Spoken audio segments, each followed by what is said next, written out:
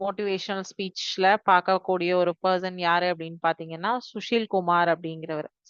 இந்த சுஷில் குமார் அப்படிங்கிறவரை நம்மள பல பேருக்கு தெரிஞ்சிருக்கும், சிலருக்கு தெரியாம இருக்கும். சோ அவரும் வாழ்க்கையில எந்த லோ லெவல்ல இருந்து முன்னேறி எப்படி அச்சீவ் பண்ணியிருக்காரு, அவருடைய இது சாதனைகள் அப்படிங்கிறது தான் இப்ப நீங்க தெரிஞ்சுக்க போறீங்க.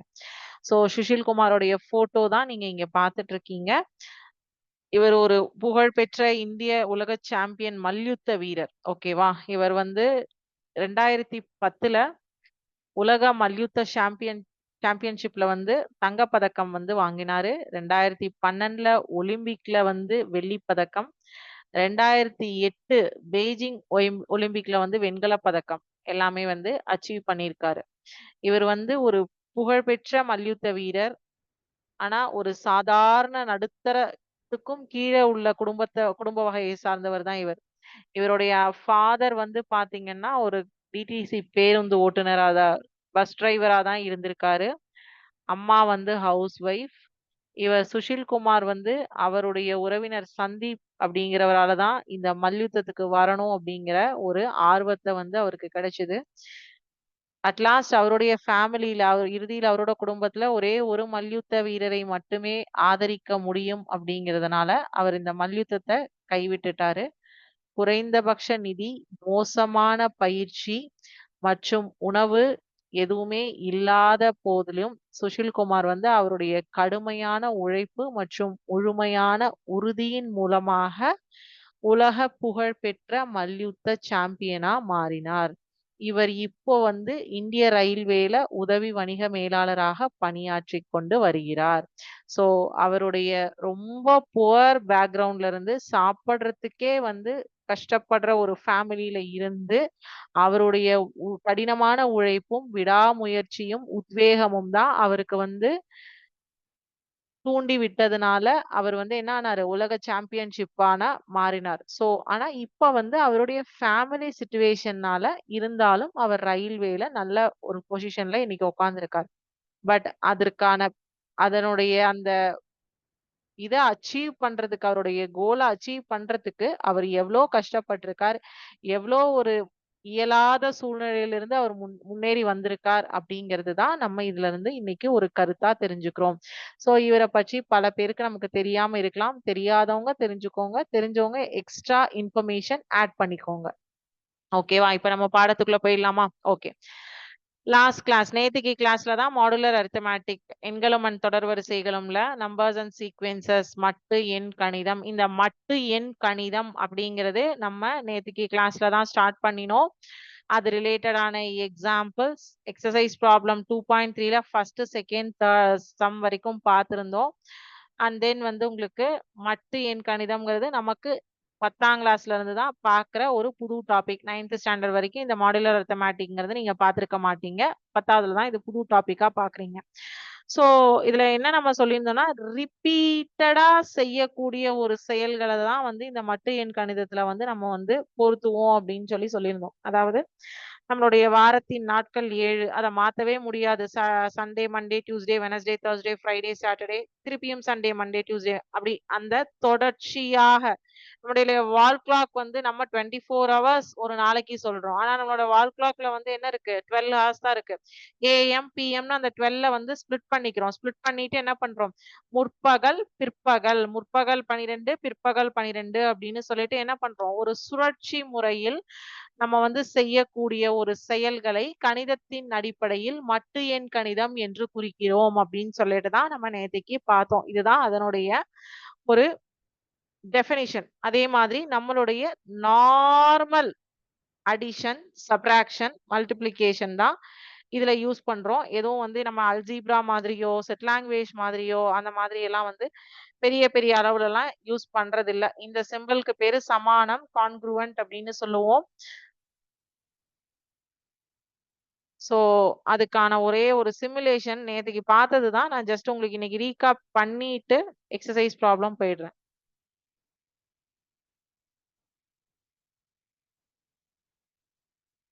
ஏன்னா மட்டு எண் கணிதம் அப்படிங்கிறதுடைய ஒரு ரீகேப் உங்களுக்கு அந்த சிமுலேஷன் பார்த்தா இன்னும் ஈஸியா இது பெருக்கல், கழித்தல், வகுத்தல் எல்லாத்துலயுமே உங்களுக்கு ஈஸியா புரிய ஆரம்பிச்சுரும். ஸோ அத பார்த்துட்டு நீங்க வந்து இம்மீடியட்டா வந்து இது பண்ணிடலாம். உங்களுக்கு எக்ஸர்சைஸ் ப்ராப்ளம் போயிடலாம்.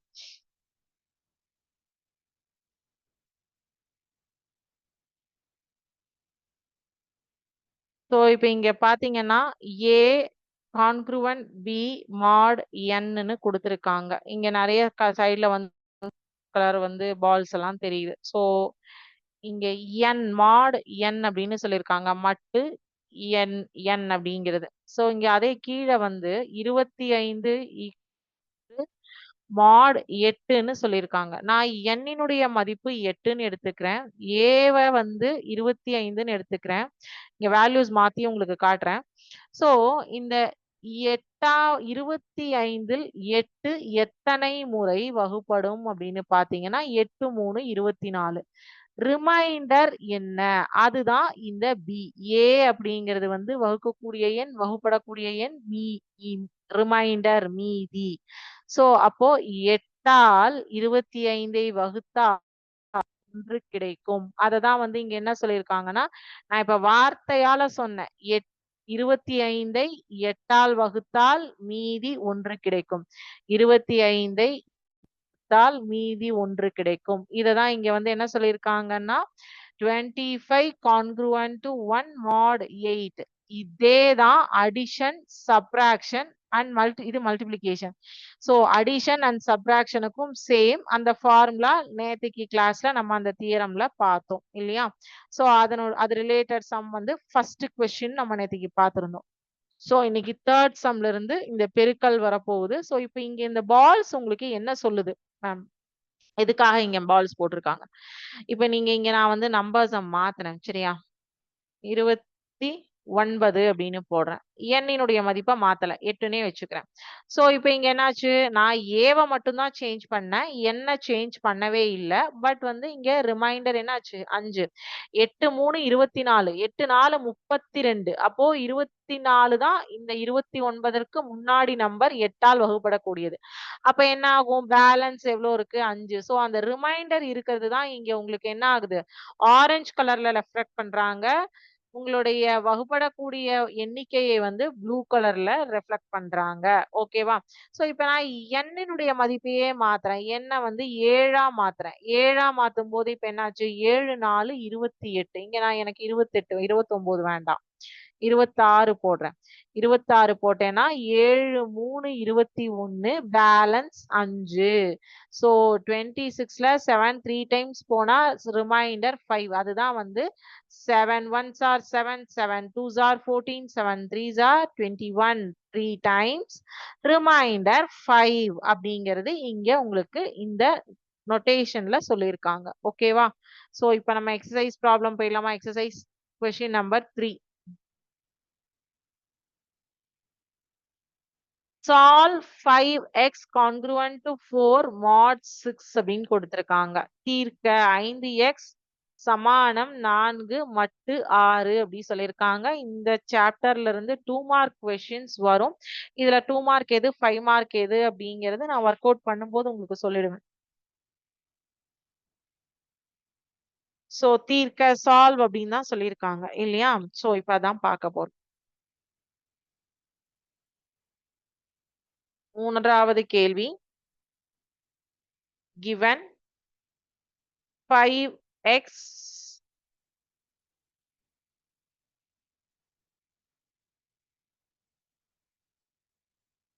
சோ இப்போ இந்த 6ஆல தான் வகுக்க போறோம் இல்லையா? இங்க 6ஆல தான் இந்த 5x இந்த 4 ஆனது இந்த சைடு வருது. இஸ் மைனஸ் ஆகும். Is divisible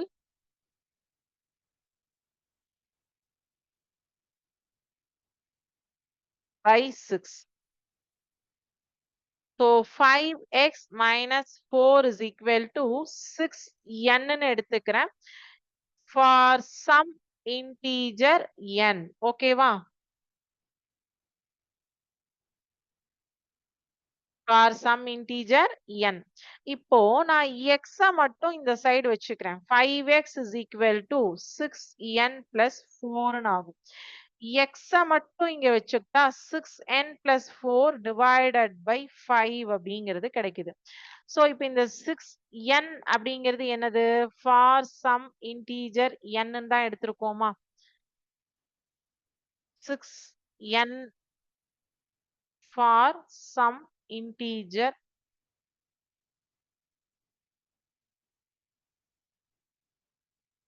integer n. So எழுதலாம் 5x is equal to இங்க எழுதுறேன். 5x is equal to 6n plus 4. ஓகேவா? அப்போ n is equal to 1 இருந்தா என்ன வரும்? n is equal to இப்படி ஒரு நம்பரா நம்ம சப்ஸ்டிட்யூட் பண்ணி பார்க்கணும். அது இங்க போடுறேன். சரிங்களா? இத டெலீட் பண்ணிக்கிறேன். ஏன்னா இங்க இடம் பத்தாது. இப்ப இது வந்து 6 ஆல் வகுபடக்கூடிய எண்ணாக இருக்க வேண்டும். இது வச்சுக்கோங்க. when n is equal to 1 அப்படின்னா x is equal to 6n plus 4 divided அப்படிங்கிறது வந்து 6 into 1 6 6 plus 4 sorry 10 divided by 5 10 divided by 2 is equal to 5. Sorry, 10 divided by 5 is equal to 2. 2. இப்போ n உடைய வேல்யூவ நம்ம எடுக்கும்போது என்னவா ஆச்சு இங்க? when n takes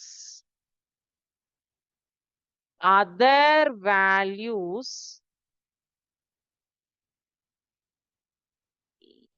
x will not be will not be divisible by 5.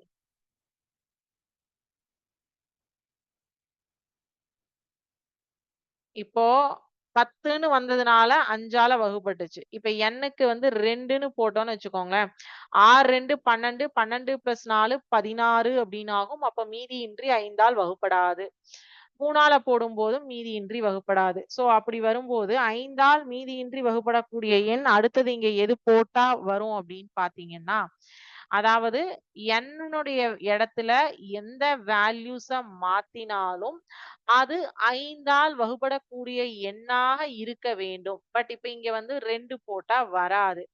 இப்ப நான் வந்து என்ன போட்டா 5ஆல் வகுபடக்கூடிய எண் அடுத்தது கிடைக்கும்னா, nக்கு வந்து 6 அப்படிங்கிற மதிப்ப போட்டீங்கன்னா, 6 × 6 36 கூட்டல் 4/5 அப்படிங்கும்போது 40 டிவைடட் பை 5 40/5 அப்படிங்கும்போது இது என்ன ஆகும்? 8. சோ இப்ப அடுத்தது. சோ அப்போ 1 1 கூட 5 ஆட் பண்ணா 6.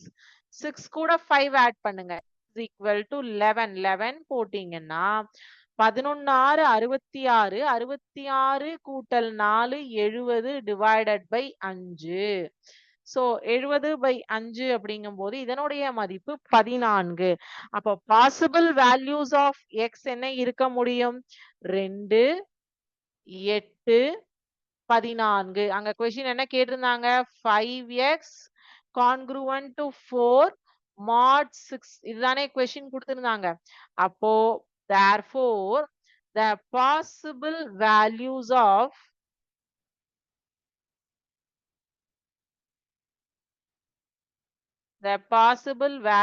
of x are 2 8 14 and so on. இப்படியே நீங்க 5 உடைய மடங்குகளை இன்கிரீஸ் பண்ணிட்டு வந்தீங்கன்னா என்னுடைய வேல்யூஸ்க்கு உங்களுக்கு அடுத்தடுத்த மதிப்புகள் கிடைக்கும். ஓகேவா? ஓகே. அடுத்த கொஸ்டின் போலாமா? 4th question. Question number 4. Question காட்டுறேன்.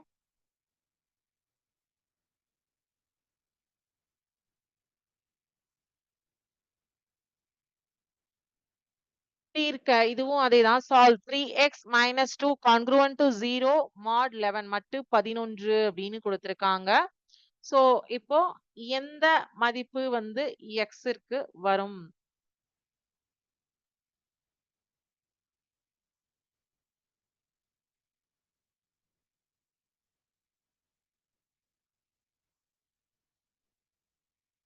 சேம் 3வது கொஸ்டின் மாதிரியே தான் 4th கொஸ்டினும் 3x minus 2 congruent 0 mod 11 அப்படின்னு சொல்லியிருக்காங்க. மட்டு 11. 3x minus 2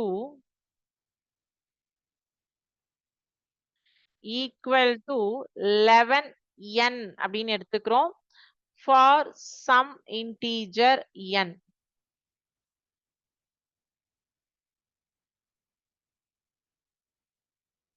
அப்போ 3x is equal to 11n plus 2. இந்த minus 2 ஆனது இந்த சைடு வரும்போது plus 2 ஆக மாறிவிடும். x is equal to 11n plus divided by 3. x இனுடைய மதிப்பு என்னாச்சு?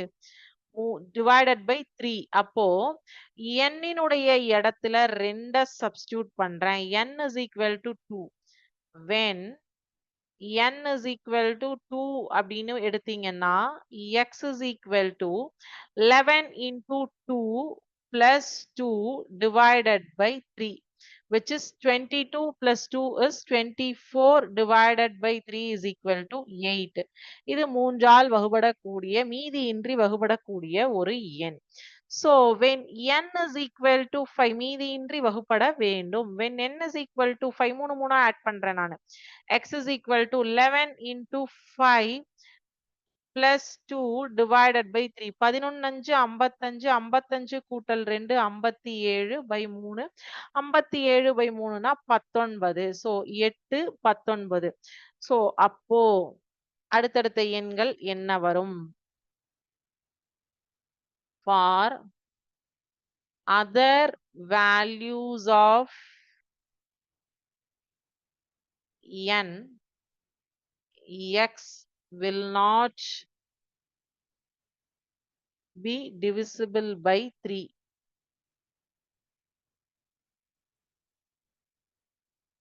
When n is equal to 8 அப்படின்னு போட்டீங்கன்னா x is equal to 11 88 கூட்டல் 2 வகுத்தல் 3 அப்படிங்கும்போது 90 by 3,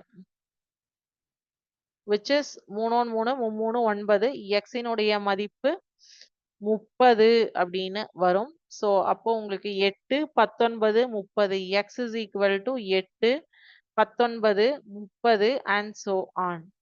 இப்போ n இன் மதிப்பை 3 3 ஆக அதிகரிக்கும் போது அது 3ஆல் வகுப்பட்டு மீதியின்றி வகுப்படக்கூடியது. So அப்போ உங்களுக்கு என்ன சீரியஸ் xக்கு கிடைக்குது? 8 19 30 and so on. இதே மாதிரி நீங்க nக்கு மதிப்புகளை மாத்திட்டே போகும்போது இந்த x இனுடைய மதிப்புகளும் மாறிக்கொண்டே போகும். அதாவது அந்த சீரியஸ்ல இந்த நம்பர்ஸ் எல்லாம் இருக்கு. ஓகேவா? ஓகே. இப்போ 5வது கேள்வி. Question number 5. What is the time 100 hours after 7 AM அப்படின்னு கேட்டிருக்காங்க.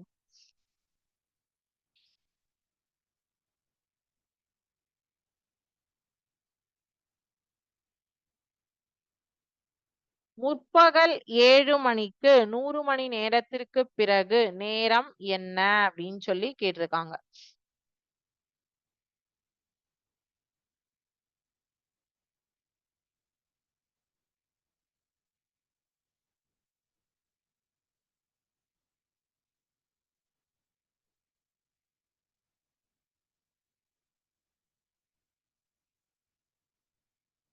இங்கிலீஷ்ல எழுதுறேன், தமிழ்ல சொல்றேன்.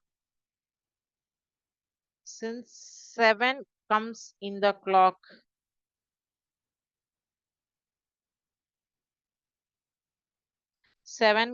comes in the clock for every 12 hours. கரெக்டா? ஒவ்வொரு 12 மணி நேரத்திற்கு ஒரு முறை 7 மணியானது வருமா? காலை 7 மாலை 7. So அப்போ we have to find x such that 100 congruent to x mod 12. every 12 மணி நேரத்திற்கு ஒரு முறை 7 மணியானது வரும். So அப்போ 100 minus x is divisible by 12. இதுதானே இதனுடைய அர்த்தம். So அப்போ 100 minus x equal to 12n for some integer n. For some integer n. இப்போ 100 minus 12n is equal to x. 100 minus 12n is equal to x. இல்லையா? So இப்போ nக்கு மதிப்பை கொடுக்கும்போது x னுடைய மதிப்பு என்னவாக மாறும் அப்படிங்கிறது பார்க்கணும். இந்த 4 லைன் காப்பி பண்ணிக்கோங்க. அதுக்கப்புறம் நான் வந்து இந்த nற்கு மதிப்பை வேல்யூ சப்ஸ்டிட்யூட் பண்ணும்போது xக்கு என்ன இது கிடைக்குது. அப்புறம் வந்து the time 100 hours after 7 AM என்ன மணி அப்படிங்கிறது கண்டுபிடிக்கிறதுக்கு இதுதான் வழி. ஓகேவா? இந்த கடைசி பாயிண்ட மேல தூக்கி எழுதிக்கிறேன்.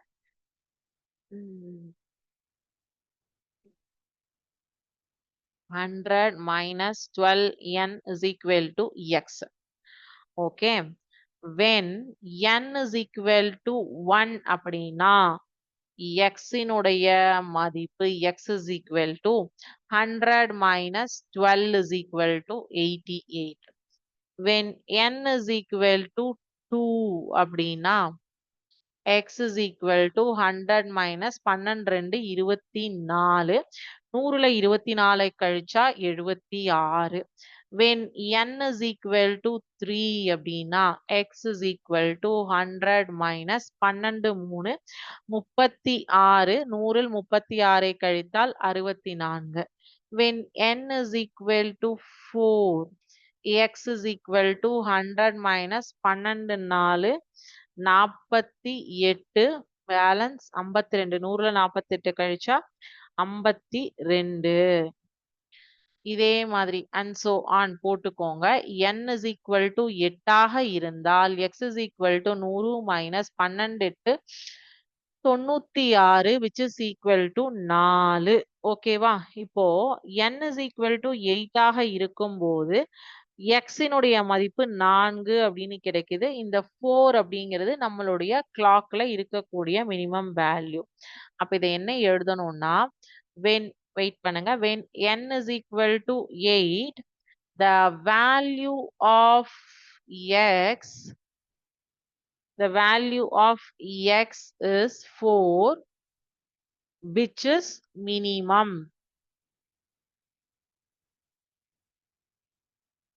Which is so therefore the time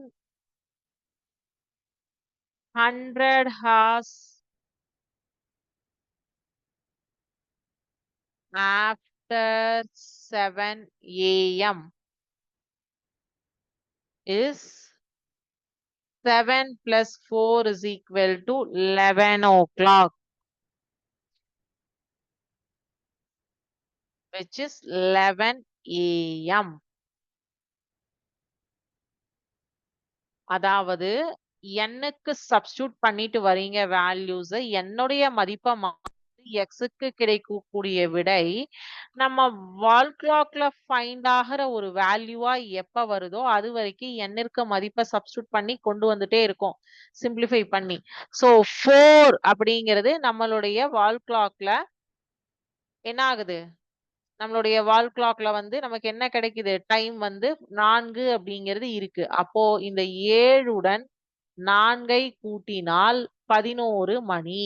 so அப்போ 7 மணி time 100 hours of after 7 AM is 11 AM அப்படிங்கறத ஐடென்டிஃபை பண்ணிருக்கோம். ஓகே சரி ஓகே. அடுத்தது ஆறாவது கணக்கு. ஆறாவது கணக்கு என்ன அப்படின்னு பாத்தீங்கன்னா what is the time 15 hours before 11 AM. இது ஆஃப்டர் கேட்டிருக்காங்க, இது பிஃபோர் கேட்டிருக்காங்க. ஆறாவது கணக்கு இதெல்லாம் 2 மார்க் கொஸ்டின்ல தான் வரும்.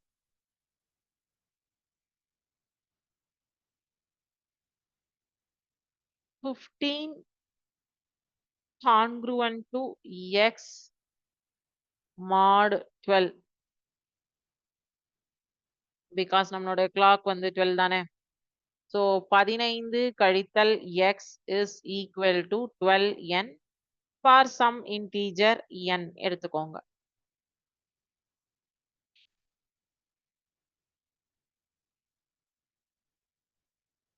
சரிங்களா?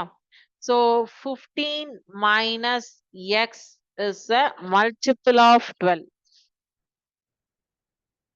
மல்டிபிள் ஆஃப் 12 தான் இருக்கணும். Multiple of 12 when x is equal to 3 அப்படின்னு எடுத்தீங்கன்னா 15 மைனஸ் 3 is equal to 12. கரெக்டா?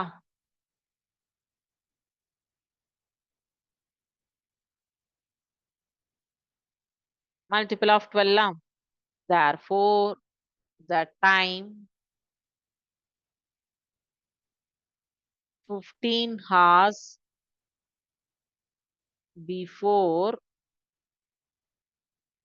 11 o'clock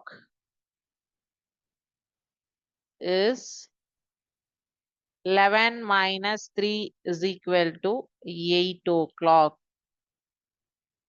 11 மணிக்கு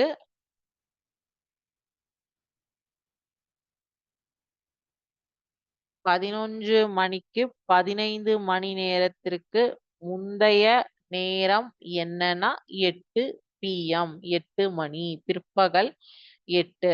ஓகேவா? அடுத்தது 7வது கணக்கு. டுடே இது வந்து ஒரு 2 எக்ஸாம்ல கேட்ட question. Today is Tuesday. My uncle will come after 45 days. In which day my uncle will be coming. அதாவது இன்னைக்கு செவ்வாய்க்கிழமை, என்னோட அங்கிள் 45 நாளைக்கு அப்புறம் வரப்போறாரு. ஆனா அந்த in which day my uncle will be coming, எந்த டே அவர் வரக்கூடிய டே, எந்த டே, மண்டேவா, டியூஸ்டேவா, வெனஸ்டேவா, தேர்ஸ்டேவா, ஃப்ரைடேவான்னு கேட்டிருக்காங்க. இன்னைக்கு செவ்வாய்க்கிழமையாக இருந்தால் 35 நாட்களுக்கு பிறகு அது என்ன கிழமையாக இருக்கும்? இதுதான் கேள்வி. எவ்வளோ நாள் இருக்கு வாரத்துல? 7 நாள்.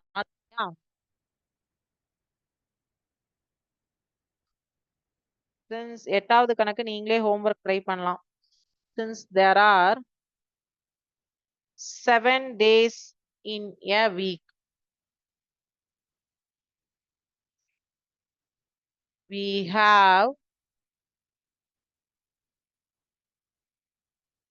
have to find x such that 45 congruent to x mod 7. ஏன்னா வாரத்தில் 7 நாட்கள். So 45 கழித்தல் x is divisible by 7. இதிலிருந்து கழிக்கக்கூடிய x இன் மதிப்பானது 7ஆல் வகுபடக்கூடிய ஒரு எண்ணாக இருக்க வேண்டும். So 45 minus x equal to 7n for some integer n. When x is equal to 1ன்னு எடுத்துக்கிறோம். சரியா? x-க்கு 1ன்னு போட்டோம்னா 45 minus 1 வந்து என்ன ஆகும்? 45 minus 1 is equal to 44. இது 7ஆல் மீதியின்றி வகுப்படுமா? No, is not divisible by 7. 7ஆல் மீதியின்றி வகுப்படாது.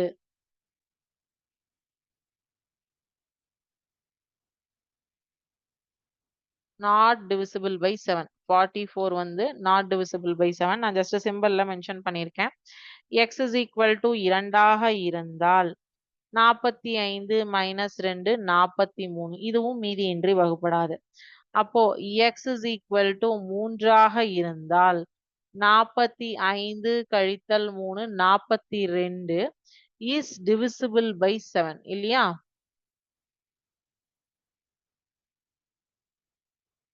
divisible by 7. Therefore அப்ப x இனுடைய மதிப்பு 3. அப்போ 3 days after Tuesday my uncle will be coming. 3 days after Tuesday. 3 days after Tuesday. அதுதான் my uncle will be coming day. என்னுடைய மாமா வரக்கூடிய கிழமை. என்னது? After Tuesday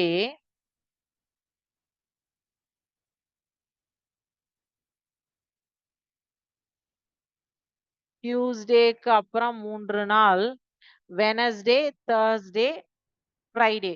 So therefore on Friday my uncle will be coming. 45 நாட்களுக்கு அப்புறம்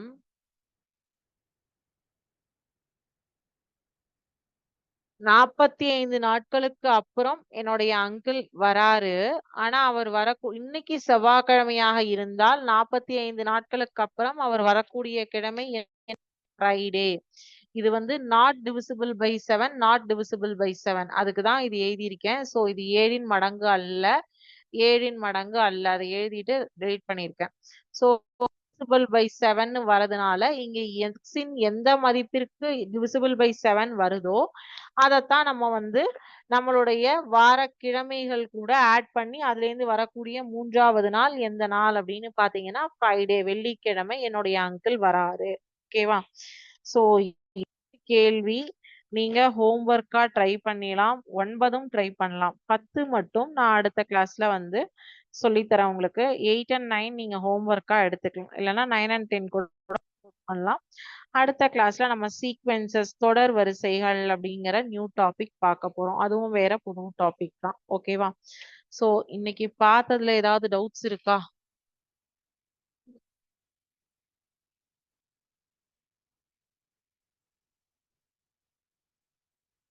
doubts எதுவும் இல்லை அப்படின்னா இதோட இன்னைக்கு கிளாஸ் முடிஞ்சது. ஃப்ரைடே கிளாஸ்ல இதனுடைய கண்டினியூட்டி பார்க்கலாம். ஓகேங்களா? வாழ்க பாரதம், வெல்க தமிழகம்.